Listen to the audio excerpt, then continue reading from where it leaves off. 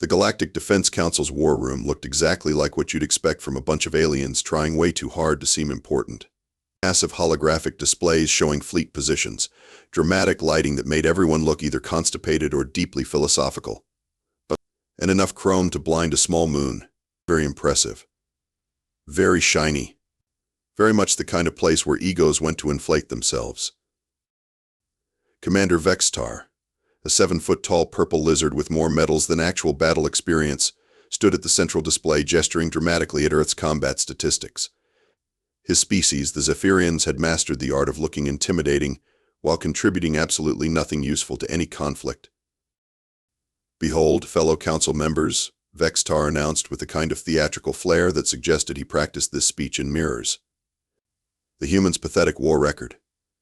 6 months of conflict with the Krellian Empire, and what do they have to show for it?" The hologram displayed Earth's numbers in embarrassing detail. Kill ratio 1.2 to 1. Ships lost 47% of fleet capacity. Tactical victories 3, and those were generous classifications. Strategic importance, statistically negligible. Admiral Throcknan, whose species looked like someone had crossed a rhinoceros with a filing cabinet, let out what passed for laughter among the Korthari. 0.2 above even? How adorably optimistic of them. "My favorite part," chimed in General Quindara, whose crystalline form sparkled with what could charitably be called amusement, "is their weapon technology. Kinetic projectiles. Chemical explosives. It's like watching children play with sticks." The room erupted in the kind of laughter that happens when beings with superiority complexes find something to feel superior about. Which, let's be honest, was pretty much their default state anyway. Vextar pulled up another display showing Earth's fleet composition. 23 destroyers, 8 cruisers, and exactly 1 dreadnought they've named, and I quote, "Big Bertha." The sheer lack of imagination is almost endearing. "Big Bertha," repeated Throcknan, his mechanical translator somehow managing to convey disdain. "Do they name all their vessels after ancient human females?" "Apparently their flagship is called Mama Bear," Quindara added, causing another wave of alien chuckles. In the back corner of the war room, sitting at a table that was clearly an afterthought, Captain Maya Rodriguez of Earth's Diplomatic Corps sipped her coffee and continued reading her tablet. She'd been listening to this comedy routine for the better part of an hour, and honestly, the aliens' material was getting stale. Maya was the kind of human who made you wonder if Earth's military had somehow managed to breed sarcasm directly into their DNA. Average height, dark hair pulled back in a regulation bun, and the sort of expression that suggested she was permanently calculating exactly how stupid everyone around her actually was. "The humans," Vextar continued, warming to his theme, "have managed to lose nearly half their fleet while achieving virtually no strategic objectives. At this rate, the Krellians will reach their homeworld within 4 standard months. Perhaps we should offer them refuge," suggested Admiral Throcknan with mock generosity. "Clearly they're in over their heads with this whole interstellar warfare concept." "Oh, I'm sure they'd make excellent janitors," Quindara added.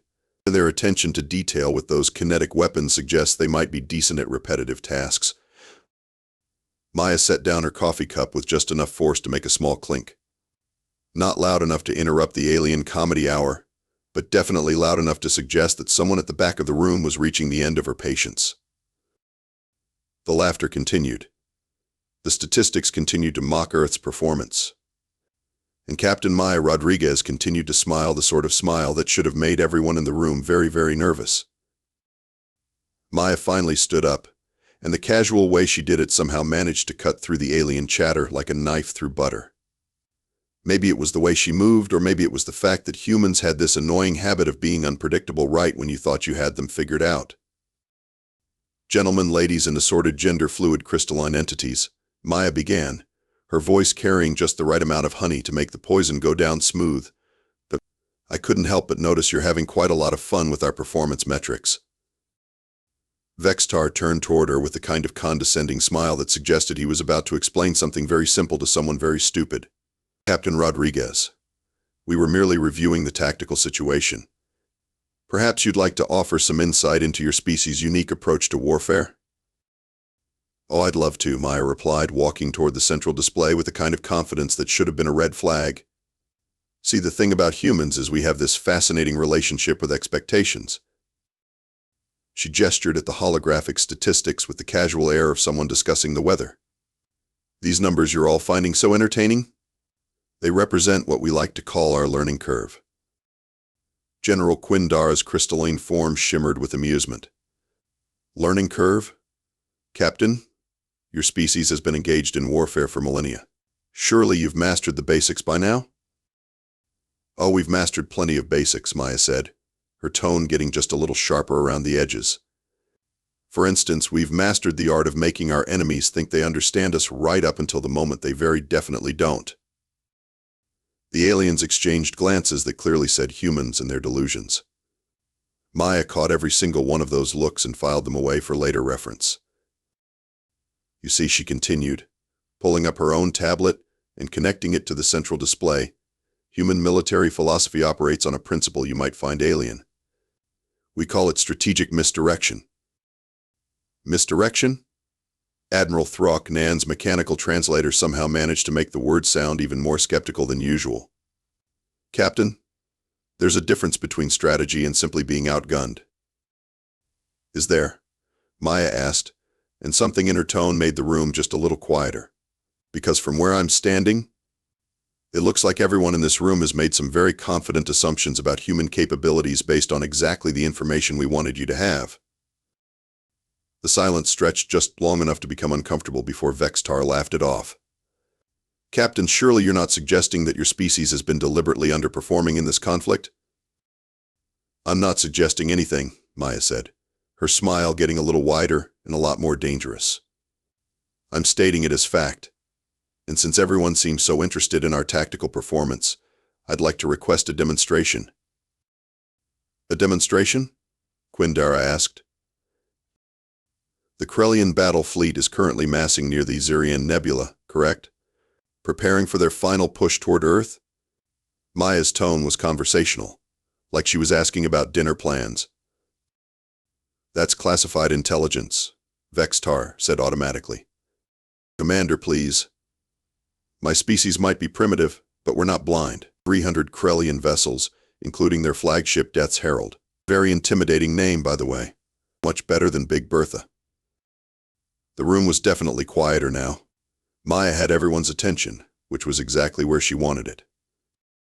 Here's what I propose, she said, her fingers dancing over her tablet. Give me real-time access to your tactical displays. Let me coordinate with Earth Command. And let's see what happens when humanity stops playing with the training wheels on. Training wheels? The question came from 3 different aliens simultaneously. Oh yes, Maya said, and her grin was definitely predatory now. See, the thing about humans? We're really, really good at letting people underestimate us. Right up until we're not. Vextar looked around the room at his fellow commanders, clearly expecting them to share his amusement at human delusions of grandeur.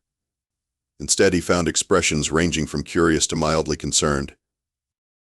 Captain Rodriguez, he said finally, are you seriously suggesting that Earth's forces can somehow overcome a Krellian fleet that outnumbers them 15-1? Commander Vextar, Maya replied, settling back into her chair and pulling up what looked suspiciously like actual tactical displays. I'm not suggesting anything. I'm telling you that in approximately 6 hours, you're going to understand exactly why humans have survived every extinction event our planet has thrown at us. She looked around the room one more time, making eye contact with each alien commander. But hey, feel free to keep laughing. We'll wait. Mitch. Maya's fingers moved across her tablet with the kind of practiced efficiency that suggested she'd been preparing for this moment longer than anyone in the room realized. The main display flickered as Earth's actual tactical network came online, and suddenly the war room was looking at real-time data that painted a very different picture of human capabilities. Earth Command, this is Captain Rodriguez. Maya spoke into her comm device, with the casual tone of someone ordering coffee. Authorization Tango 77. Initiate protocol surprise party. The aliens leaned forward despite themselves. Surprise party didn't sound like any military designation they'd encountered in centuries of warfare. Copy that, Captain, came the reply from Earth Command, and the voice sounded suspiciously cheerful. All units are in position and ready to demonstrate why humans are terrible at following normal tactical doctrine. Admiral Throck Nan's filing cabinet-like form shifted uncomfortably. Captain Rodriguez, what exactly is Protocol Surprise Party? Oh, you'll see, Maya said, pulling up a three-dimensional display of the Xerion Nebula. But first, let me ask you something. When you look at human tactical performance over the last 6 months, what's the one thing that stands out most? Your apparent inability to achieve decisive victories? Suggested General Quindara. Your fascinating tendency to lose ships in the most inefficient ways possible? Offered Vextar. Close, Maya said, highlighting several battle sites on the display. But the correct answer is our remarkable consistency in retreating toward specific coordinates. She zoomed in on the nebula, and suddenly the seemingly random pattern of human retreats started to look a lot less random. Every single engagement had ended with human forces falling back toward the same general area, leaving behind what appeared to be debris fields and abandoned equipment. Now, what would you call a species that consistently retreats to the same location while leaving behind perfectly good military hardware? Maya asked. Predictable? Vextar ventured. Stupid? Added Throck Nan. Strategic, Maya corrected, and her tone was getting that dangerous honeycoating again. See, humans have this weird habit of making our enemies think they're chasing us right up until they realize they've been hurted. The display updated to show the current positions of both fleets. The Krellian armada, 300 strong and bristling with enough firepower to glass a planet, was positioned exactly where 6 months of human retreats had encouraged them to go. And surrounding them, previously invisible in the nebula's interference, were what appeared to be significantly more human vessels than anyone had accounted for. Earth Command, please explain our current force disposition to our new friends, Maya said pleasantly. Gladly, Captain. Current human forces in the Xerion sector, 437 vessels including stealth frigates, converted civilian craft, and approximately 50 units that we're classifying as deeply unethical but technically legal under the Geneva Convention. The silence in the war room was so complete you could have heard a pin drop, if pins existed in space and could make noise in a vacuum. 437? Vextar's voice came out as something between a whisper and a mechanical failure. Our intelligence clearly stated Earth's entire fleet consisted of fewer than 50 vessels. Your intelligence, Maya said, not even trying to hide her smug satisfaction, was based entirely on information we made sure you'd find. Funny thing about humans, we've been practicing information warfare since before we invented writing. We just call it lying, and we're exceptionally good at it. The tactical display updated again, showing the human fleet moving into attack formation. But instead of the standard military formations the aliens expected, the human ships were arranging themselves into patterns that looked suspiciously like mathematical equations. Captain Quindara's crystalline form was definitely shimmering with something other than amusement now. Why are your vessels forming what appears to be a geometric proof? Oh, that's not a geometric proof, Maya said, checking her tablet with the air of someone confirming a dinner reservation. That's psychological warfare. See, we spent the last 6 months studying Krellian tactical doctrine, cultural references, and religious beliefs. She highlighted specific ship formations. Those formations? They spell out several extremely creative insults in ancient Krellian script. Along with what we believe translates to your mother was a weak shelled egg layer, and your battle honors smell like fermented fish paste. You're insulting them? Admiral Throck Nan sounded like his mechanical translator was having trouble processing this concept. We're doing more than insulting them, Maya corrected. We're questioning their ancestry, their competence, their personal hygiene, and their understanding of basic military strategy, and their own language, using formations visible from light years away. The comm system crackled to life. Earth Command to Captain Rodriguez. Krellian fleet is responding to our cultural diplomacy. They appear to be upset. Maya's grin could have powered a small space station. To define upset. They're abandoning formation and charging directly at our position, while broadcasting what our xenolinguists are translating as very creative threats involving reproductive impossibilities. Perfect, Maya said, settling back in her chair like someone about to watch their favorite movie. Gentlemen, ladies, and crystalline entities, you're about to see why humans have been the apex predators on our planet for the last several thousand years. She looked around the room one more time. We don't fight fair. The main display lit up like the galaxy's most violent fireworks show as the Krellian fleet broke formation and charged toward the human positions. What should have been a coordinated military advance looked more like an angry mob rushing toward a bar fight, which Maya reflected was pretty much exactly what they'd been hoping for. Earth Command, current status on operation make them mad? Maya asked into her comm, her tone suggesting this was all proceeding exactly according to plan. Phase 1 Psychological Provocation. Complete success, Captain. Krellian command structure appears to have devolved into what our behavioral analysts are calling aggressive tantrum mode. They're no longer following standard tactical doctrine. Admiral Throcknan leaned forward, his filing cabinet form creaking slightly. Captain Rodriguez, surely you don't believe that merely making your enemies angry will overcome a 15-to-1 numerical disadvantage? Oh, Admiral, Maya said, pulling up a new set of displays. Making them angry was just the appetizer. Now comes the main course. The tactical screen showed the first wave of Krellian ships entering what appeared to be empty space between the nebula's edge and the human formation. Empty space that suddenly wasn't quite so empty. What you're seeing now, Maya explained with the enthusiasm of a nature documentary narrator, is the activation of approximately 2,000 automated defensive platforms that we've been seeding throughout this system for the past 4 months. Explosions began blooming across the display as Krellian vessels ran headlong into what was essentially a three-dimensional minefield designed by species that had perfected the art of making things explode in the most inconvenient ways possible. 2,000 platforms? Vextar's voice had gone up about 3 octaves. How did our surveillance miss 2,000 military installations? Simple, Maya said, checking her tablet like she was reading a grocery list.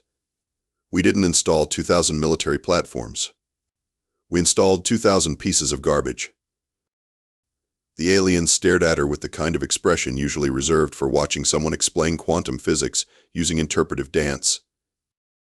Garbage? General Quindara's crystalline form was practically vibrating with confusion. Specifically defunct satellites, old cargo containers, derelict ship hulls, and about 300 units of what our engineers classified as random space junk we strapped explosives to. Turns out, when you're traveling at significant fractions of light speed, it doesn't really matter if the thing you hit was purpose-built or repurposed from somebody's discarded refrigerator. The Krellian advance was rapidly becoming the Krellian disaster as ship after ship plowed into obstacles that registered on sensors as harmless debris, right up until they exploded with the force of small nuclear weapons. Earth Command, please update our friends on current engagement statistics, Maya requested. Gladly, Captain. Current Krellian losses, 47 vessels destroyed, 63 suffering major damage, and approximately 200 making what we believe are very creative attempts to reverse course while maintaining face. Maya pulled up the kill ratio display and watched the numbers climb with visible satisfaction. Let's see, that puts us at approximately 15-to-1 in our favor over the last 12 minutes. Not bad for a species that apparently doesn't understand modern warfare. But the real entertainment was just beginning. As the surviving Krellian ships attempted to regroup and adapt to the unexpected obstacles, the human fleet began moving into attack formation. And their formation looked absolutely nothing like anything in any military manual ever written. Captain, Admiral Throcknan said slowly, why are your ships arranging themselves into what appears to be a smiley face? Because, Maya said, her grin reaching new levels of predatory satisfaction, we discovered that Krellian warrior culture has a deep-seated psychological aversion to being mocked during combat. Something about their ancestral honor codes and the importance of maintaining dignity in battle. The human ships, now clearly arranged in the shape of a massive grinning face visible from across the star system, began broadcasting on all Krellian military frequencies simultaneously. Earth Command, please share the playlist with our guests. The war room speakers crackled to life with what sounded like a combination of human children's songs, circus music, and what could generously be called comedic sound effects, all broadcast directly at the Krellian fleet, while the human ships maintained perfect formation in the shape of something that was definitely laughing at them. "You're playing clown music at them?" Vextar asked, his voice breaking slightly. "Oh, it gets better," Maya said, pulling up another display. "Our xenopsychologists spent months analyzing Krellian cultural responses to humiliation. Turns out, when you mock their military competence while making them look foolish, their tactical decision-making becomes what we technically classify as hilariously impaired." And she was right. The Krellian fleet was now responding to the musical mockery by abandoning all pretense of military discipline and launching what could only be described as a berserker charge toward the grinning human formation, which was exactly what the humans had been waiting for. "All units, execute protocol punchline," Maya ordered. The smiley face formation suddenly exploded outward as every human ship activated what appeared to be some kind of advanced propulsion system, scattering in directions that defied several laws of physics, while simultaneously launching what looked like approximately 10,000 projectiles toward the charging Krellian vessels. "Captain Rodriguez," General Quindara said faintly, "what exactly are those projectiles?" Maya checked her tablet again. According to the manifest, a mixture of kinetic penetrators, explosive charges, electronic warfare packages, and roughly 3,000 units of what our logistics department listed as stuff we found lying around that seemed like it might be useful. She looked up at the stunned aliens. "Turns out, when you're really creative with your ammunition and your enemies are charging straight at you while blinded by rage, accuracy becomes much less of a concern." The tactical display was beginning to look less like a military engagement and more like someone had fed a computer program too much caffeine and asked it to calculate what would happen if chaos theory got into a fight with Murphy's Law. Numbers were updating so fast that several alien translation systems had given up and started displaying what appeared to be confused mathematical symbols. "Earth Command," Maya said, leaning back in her chair with the satisfaction of someone watching a particularly good movie. "Please provide our guests with the updated engagement statistics. Current battlefield status: Captain, Krellian forces have lost approximately 73% of their fleet capacity, with remaining vessels showing tactical cohesion levels that our analysts are describing as somewhere between non-existent and actively counterproductive." The display showed the aftermath of humanity's punchline protocol in all its statistical glory. What had started as a 300-ship armada was now a scattered collection of damaged vessels trying to figure out what had just happened to them, while dodging an ongoing rain of projectiles that seemed to multiply every time they thought they'd identified all the threats. 73%? Vextar was staring at the numbers like they'd personally insulted his mother. "In under 30 minutes? Actually," Maya corrected, consulting her tablet, "it's been 32 minutes and 17 seconds. We're a little behind schedule, honestly. Our tactical projections estimated complete fleet neutralization by the 30-minute mark." Admiral Throknan's mechanical form was making noises that suggested either deep mechanical distress or the alien equivalent of hyperventilation. "Captain Rodriguez, these statistics are mathematically impossible. No force in galactic history has achieved kill ratios like this against a peer-level opponent." Peer level? Maya raised an eyebrow. "Admiral, I think that's where you made your first mistake. See, the Krellians aren't our peers. They're not even close." She stood up and walked over to the main display, highlighting the scattered remains of the Krellian battle formation. The Krellians are what humans would call conventional. They follow standard tactical doctrine, use recognized military formations, and approach warfare like a civilized, predictable science. Very professional. Very organized. Very, very easy to manipulate once you understand their patterns. The display updated to show human vessels regrouping around the battlefield, and their new formation looked suspiciously like they were spelling out words again. "What are they writing now?" General Quindara asked, though her crystalline form suggested she wasn't sure she wanted to know. Maya squinted at the formation.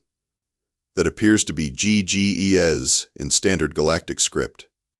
It's a human gaming reference that roughly translates to good game, easy victory. Our pilots have been playing competitive video games since before they could properly walk. Trash talk is basically a second language. Video games? Vextar's confusion was reaching levels that probably required medical attention. Competitive simulated warfare, Maya explained patiently. Humans have been practicing military tactics disguised as entertainment for decades. Every one of our pilots has thousands of hours of experience in tactical scenarios that most military academies would consider advanced training exercises. Except they did it for fun. The comm system crackled again. Earth Command to Captain Rodriguez. Krellian flagship Death's Herald is requesting communication. Oh, this should be good, Maya said, settling back into her chair. Put them through. The main display flickered to show what was presumably the Krellian commander, a creature that looked like someone had crossed a shark with a particularly angry geometric theorem. Its voice, when translated, carried the kind of defeated tone usually reserved for someone who'd just realized they'd been played by experts.